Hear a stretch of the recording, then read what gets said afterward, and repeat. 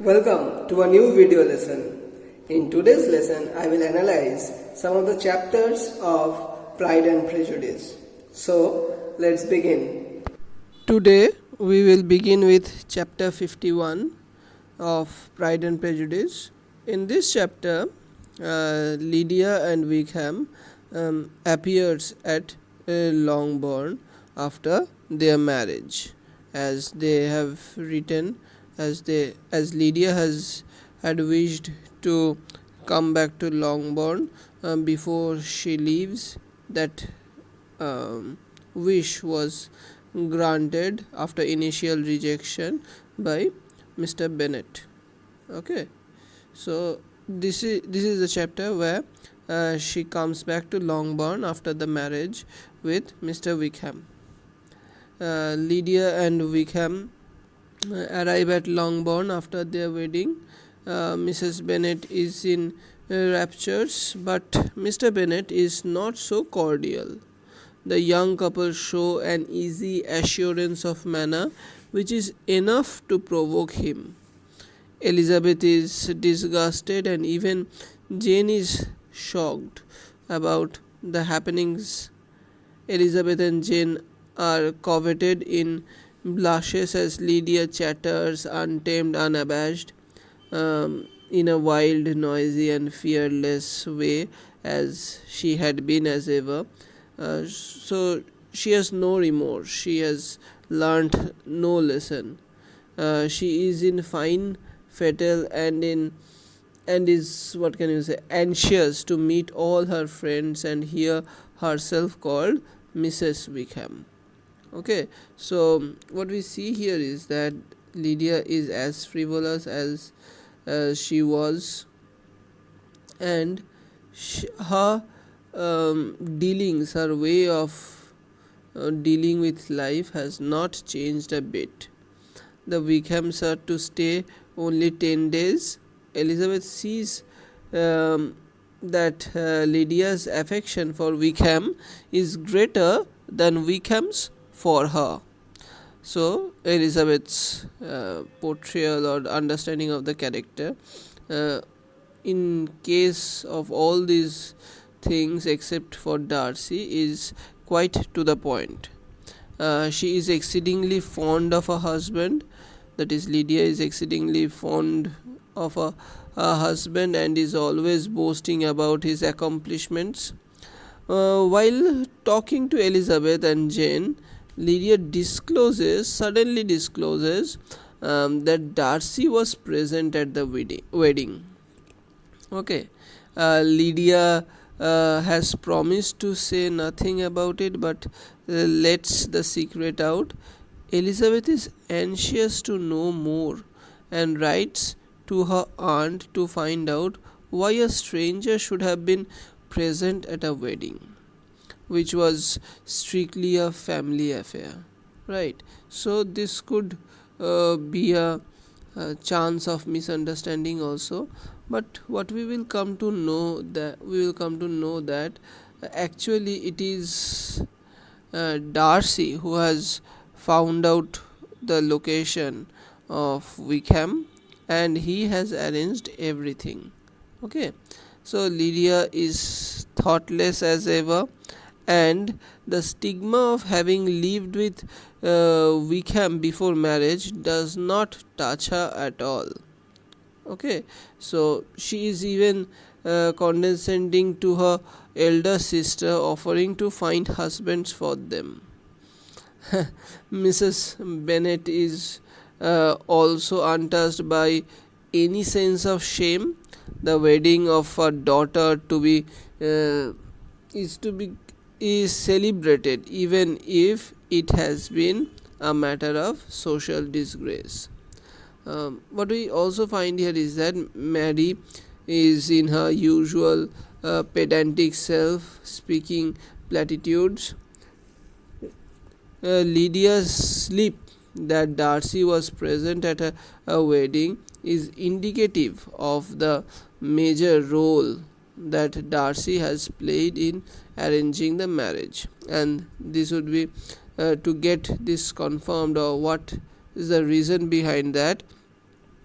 Elizabeth writes a letter to the gardener, Mrs. Gardiner, to find that out.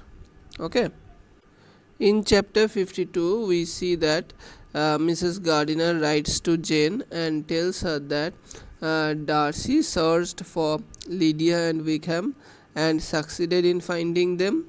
He learned that Wickham had no intention of marrying Lydia, but still cherished to hope of marrying an heiress in some other country. He was, however, open to a financial offer. Mr. Darcy went to see Mr. Gardiner and with difficulty persuaded the latter to take the credit for having paid Wickham off, which actually Darcy himself had done. Elizabeth hardly dare hope that Darcy has done all this because he still loves her. Wickham tries to find out if Elizabeth knows that his story of Darcy's injustice to him is untrue, but she evades a full answer, merely contenting herself with a number of sarcastic remarks. However, the conversation appears to satisfy Wickham. This chapter actually reveals Darcy's noble character and his great love for Elizabeth. For her sake, he has been ready to negotiate with Wickham, a person he detests. His nobility is revealed when he makes a settlement on Wickham and yet persuades Mr. Gardiner to take credit for it. Okay, so the money that has been paid to Wickham is actually paid by Darcy, but in the name of Mr. Gardiner. Elizabeth is overwhelmed by this gesture of Darcy and is hopeful that this is a sign of his love for her. Okay, so what we see here is that Darcy saves her very honor, and that is Elizabeth's honor also, and that of the family as a whole, by getting Lydia married to Wickham because they had eloped. Okay, he shows the true worth of his character and his love for Elizabeth by doing everything without her knowledge, and she would have been thoroughly innocent of the part played by him, but for a careless remark made by Lydia that it got out, the information got out. It is this action that opens the eyes of Elizabeth to his character more clearly. Okay, so she is moved so much as to regret her former rejection of him. She wishes that matters could be set right between him and her again. As Jane Austen puts it, she began now to comprehend that he was exactly the man who in disposition and talents would most suit her. So what we see here is that all the problems, all the misunderstandings which have been the part of their life, of Elizabeth and Darcy's life, has been eliminated. Okay, that is what is seen over here. But most importantly, another thing that we can see in this section is that Lydia's character is so clearly same, and it does not change. Another thing that we see here is that Wickham's nature or Wickham's character. His character is coming to a full circle, where we find out that his only way of his only motive is to gain money. His only motive is not love, is just money. The interesting point about his character can be said that he has been hardened in sin and has so far shown no sense of shame and will not show also. He is trying to find out whether Elizabeth has got any hint of the falsifications that he has said, or the false story that he has propagated, and he acts in a blatant way that he had before. This is shown in his acceptance of the invitation of himself and his wife to Longbourn. Okay, that he has no shame. The readers will not be surprised to see that the silly Lydia is also not ashamed to make her appearance before the other members of the family. But Wickham's visit is indeed a surprise. Why? Because it tries further to move with Elizabeth as though nothing had happened in the interval, or in between the things that were going on. Okay, he talks even about Mr. Darcy in the same strain as before. It is indeed bold of him to think that he can take in Elizabeth as on former occasions he did. Okay, but Elizabeth shows that he is no match for her and throws him into a confusion by her sarcastic remarks. However, he recovers very quickly indeed and displays extreme gallantry towards her when she tells him that they had better not quarrel about the past. What we see here is that Elizabeth might have felt at that time also, and on earlier occasions, that he was a model of the amiable and the pleasing, right? But she had at the same time learned through him the lesson that one can smile and still be a villain. Okay, that is clearly projected in the character of Wickham. Robert Liddell says that in his writing as of Wickham as a anti-hero, he mentions that of all the anti-heroes, Wickham is the most odious. It is indeed almost as remarkable that Elizabeth should attach herself to him as that Emma should propose Mr. Elton as an elegant husband for Harriet. Okay, they are both underbred, and in Wickham's case, the readers are allowed to suppose that an extravagant and prestigious mother had counteracted that excellent education with which his godfather, Mr. George Darcy, had provided him. It is, of course, possible to find explanations. It is known that women often have bad taste in men, as men in women. Neither Elizabeth nor Emma has seen much of the world. Elizabeth is misled by her shrewdness, and Emma, who is a particularly poor judge of character, has a great belief in her judgment. Nevertheless, the improbability should have been done away. Not the least improbable thing is that these two flashy men should fail for quite a number of chapters to show themselves. Okay, so in their worst colors, for ill breeding cannot be dissembled like a vice, and flashiness has no wish to dissemble. It is not only Elizabeth who thinks Wickham charming. As a liar, he is indeed extremely plausible, clever enough to tell a great lie of the truth, and to exploit a situation where all the sympathy will be on his side. In life or on stage, his countenance might speak for him.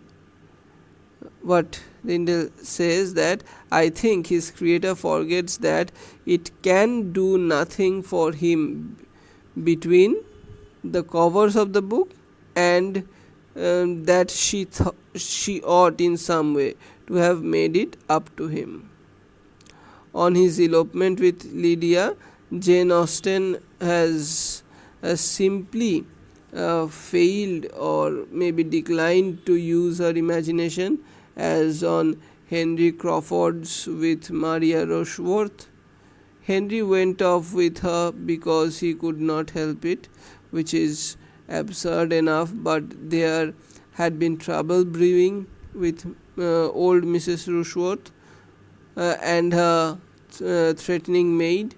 The best explanation Elizabeth can give herself or the readers of Wickham's conduct is that his flight was rendered necessary by distress of circumstances, and if that were the cause, he was not the young man to resist an opportunity of having a companion, but a young man in distressed circumstances who is fleeing them and hoping to retrieve himself by a mercenary marriage in some other part of the country is hardly likely to choose the moment to burden himself with a mistress for whom he has no great feeling. Okay, so Maria Rushworth might be difficult to shake off, and Henry Crawford had the instincts of a gentleman. Lydia Bennet would not have presented the same problem, and Wickham was inhibited by no such instincts. Okay, so what we see here is that the character of Wickham is clearly presented before us. He is the villain, and is in such way he is least ashamed of the things that he has done. Let's move on to the next chapter, chapter 53. Lydia and her husband leave, and Mrs. Bennet is dejected for several days. She cheers up, however, on hearing that Mr. Bingley is coming down to Netherfield within a day or so. The third morning after Mr. Bingley's arrival, he, accompanied by Mr. Darcy, calls on the Bennets. Darcy speaks little, and Elizabeth finds him looking at Jane as much as at herself. She is disappointed. Mrs. Bennet talks as foolishly and effusively as usual, and Elizabeth feels humiliated again. Bingley is paying attention to Jane, whom he finds as handsome and as pleasing as ever, though perhaps not so chatty. The plot begins to head towards resolution from this chapter. Elizabeth feels that Darcy's arrival at Longbourn is a signal of his affection for her. However, Darcy seems less inclined to please than before, and is silent. His state of mind is thus concealed, whereas the subplot needs to be filled with conclusion or needs to see the resolution. So the subplot of Jane Bingley affairs seems to be progressing quite satisfactorily, and it may be assumed that Darcy has influenced Bingley to return to Netherfield Park. Okay, so this is the progress that we are seeing in this chapter. In chapter 54, Elizabeth feels vexed at Darcy's silence and gravity on the occasion of his visit, because Darcy had not been such in the last few occasions.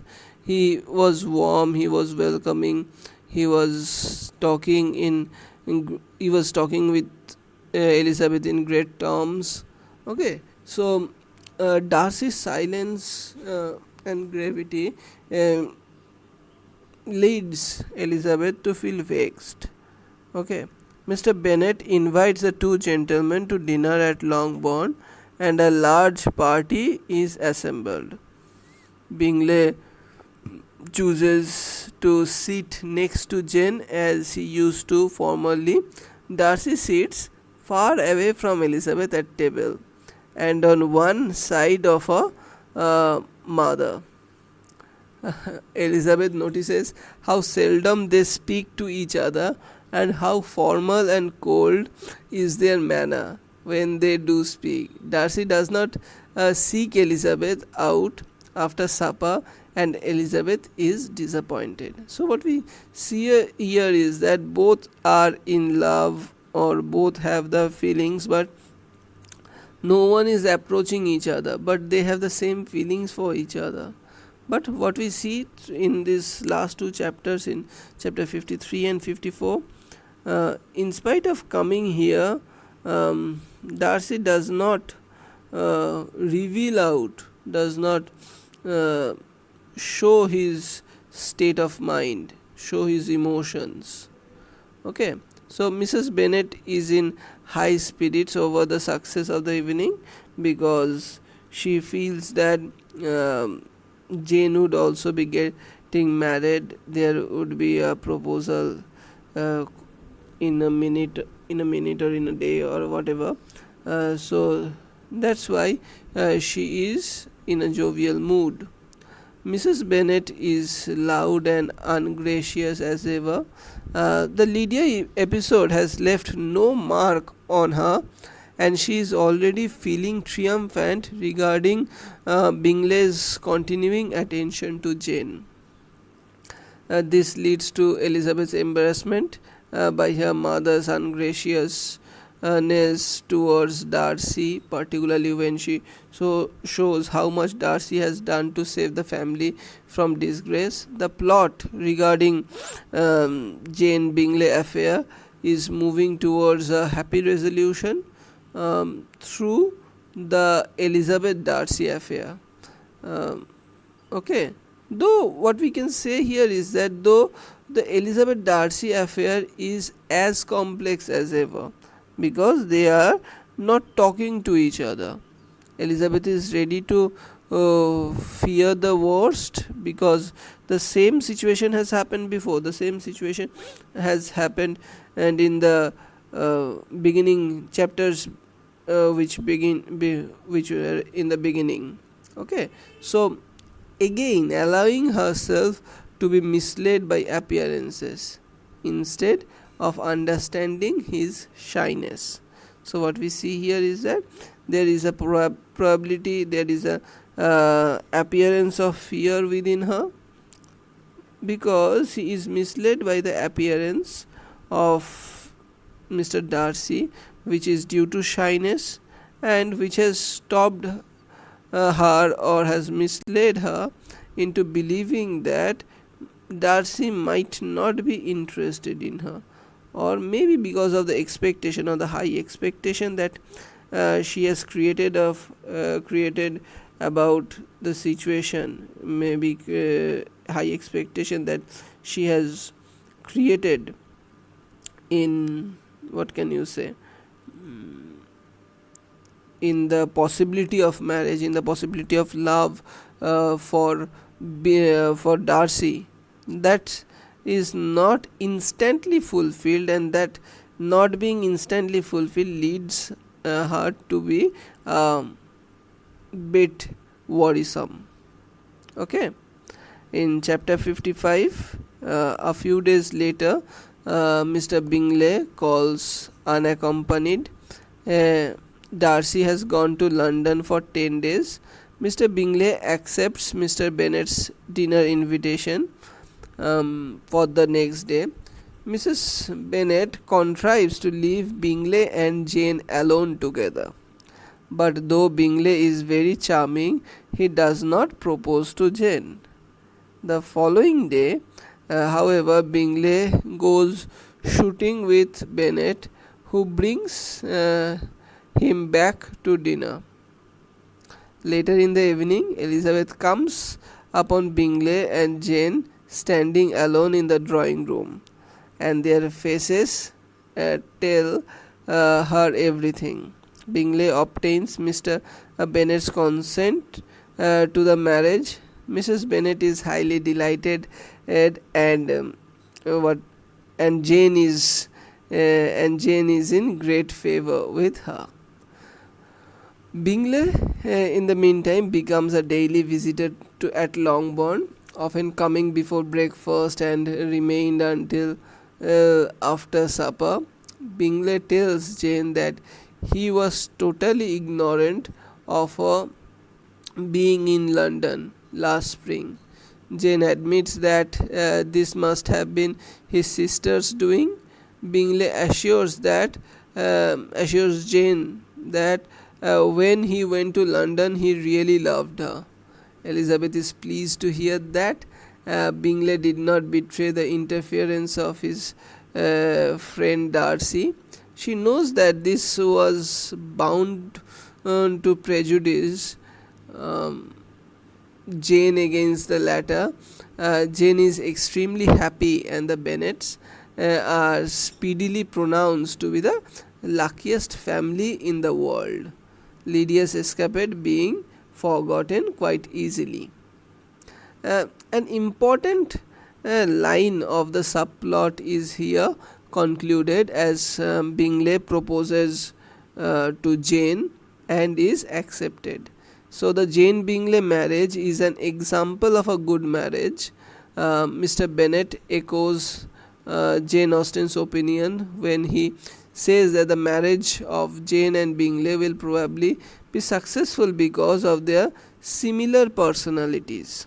However, what we can say here is that being too complying, easy and generous, they lack the wisdom and discrimination of Darcy and Elizabeth. Okay, so both are needed to be a perfect marriage. You just cannot exist by being the good.